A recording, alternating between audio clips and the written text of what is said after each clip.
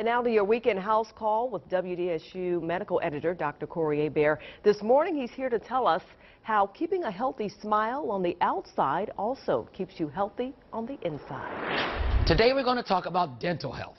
Practicing basic dental care prevents tooth decay and gum disease, which can damage tissue and the bones that support the teeth, and in the long term can lead to the loss of teeth.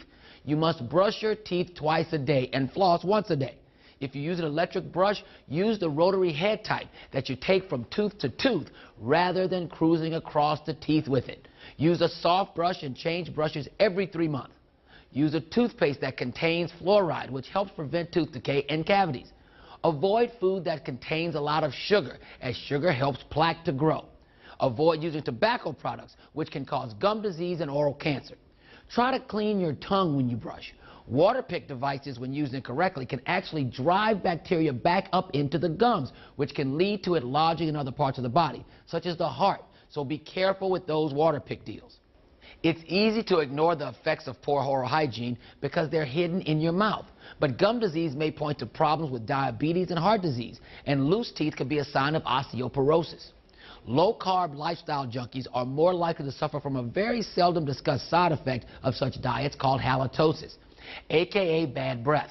Bad breath in the low-carb diet, folks, is often caused by certain chemicals that are released in the breath as the body burns fat.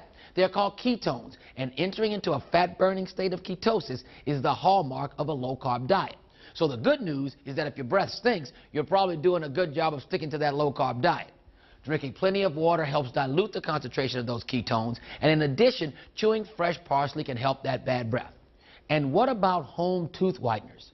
Look, the strips and the other over-the-counter whiteners do not damage teeth or burn gum tissue, but the tray type, which actually holds the peroxide solution, may contain an acidic unbuffered solution which could damage the enamel.